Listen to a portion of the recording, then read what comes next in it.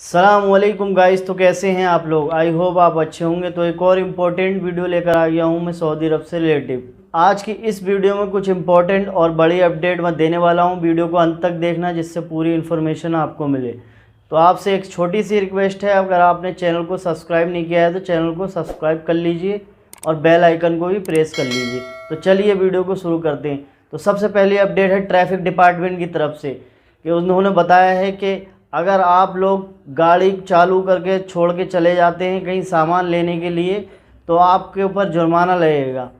जैसे कि आप बकाला जाते हैं या शॉपिंग मॉल या किसी भी दुकान पे आप कुछ सामान लेने के लिए जाते हैं तो वहाँ पर जाने के बाद में अपनी गाड़ी को खुला छोड़ के और स्टार्ट करके ही छोड़ के चले जाते हैं। अगर ऐसी गलती आप करते हैं तो आपके ऊपर 100 रियाल का जुर्माना पड़ेगा। ये ट्रैफिक डिपार्टमेंट की तरफ से अपडेट आई है। एक अपडेट और है मिनिस्ट्री ऑफ कॉमर्स की तरफ से। अपडेट में बताया गया है कि जद्दा और रियाद की सिटी में ऐसी जगहों पर छापे मारे गए हैं जहां पर इलेक्ट्रिक सामान का गोदाम था। वहां पर सामान के साथ धोखाधड़ी हो रही थी। जैसे कि सामान कुछ और था और उस पर स्टिकर कुछ और लगी हुई थी। जैसे सामान किसी और कंपनी का था और उसमें जो इन्फॉर्मेशन दे रखी थी वो किसी और चीज़ की दे रखी थी। ऐसे 20 लाख सामानों को जब्त किया गया है। और एक अपडेट और है कोरोना से रिलेटिव। जैसा कि सऊदी अरब में इस टाइम पर मौसम चेंज हो रहा है, थोड़ी बहुत सर्दी हो रही है, तो इस वजह से थोड़े बहुत केस अब बढ़ने लगे हैं। जुकाम हो रहा है, खांसी हो रहा है मौसम की वजह से। दिन में कम से कम 300 केस आ रहे हैं कोरोना के और 2 लोगों की मौत भी हो गई है कोरोना से। बताया गया है कि अगर आपको कोई प्रॉब्लम है जैसे खांसी जुकाम तो आप मास्क लगा के रखिए, क्योंकि वो दूसरे लोगों को भी फैल सकता है। तो इसलिए मास्क की पाबंदी कीजिए और डिस्टेंस की भी पाबंदी कीजिए जिस समय पहले कर रहे थे।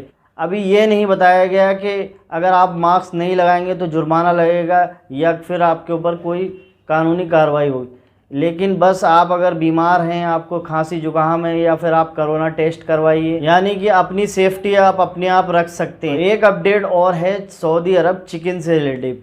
जैसे कि आप सऊदी अरब के अंदर चिकन खाते हैं, वो चिकन विदेशों से आते हैं ज़्यादातर। सऊदी अरब की सरकार ने एक प्लानिंग की है कि 80% अब मुर्गा सऊदी अरब के अंदर ही बनेगा, यानी कि उसके प्लांट लगाए जाएंगे। एक कंपनी से कॉन्ट्रैक्ट किया जा रहा है, उसके बाद सऊदी अरब के अंदर ही 80% मुर्गा आपको वहीं पर मिलेगा। और एक अपडेट और है चिकन से रिलेटिव।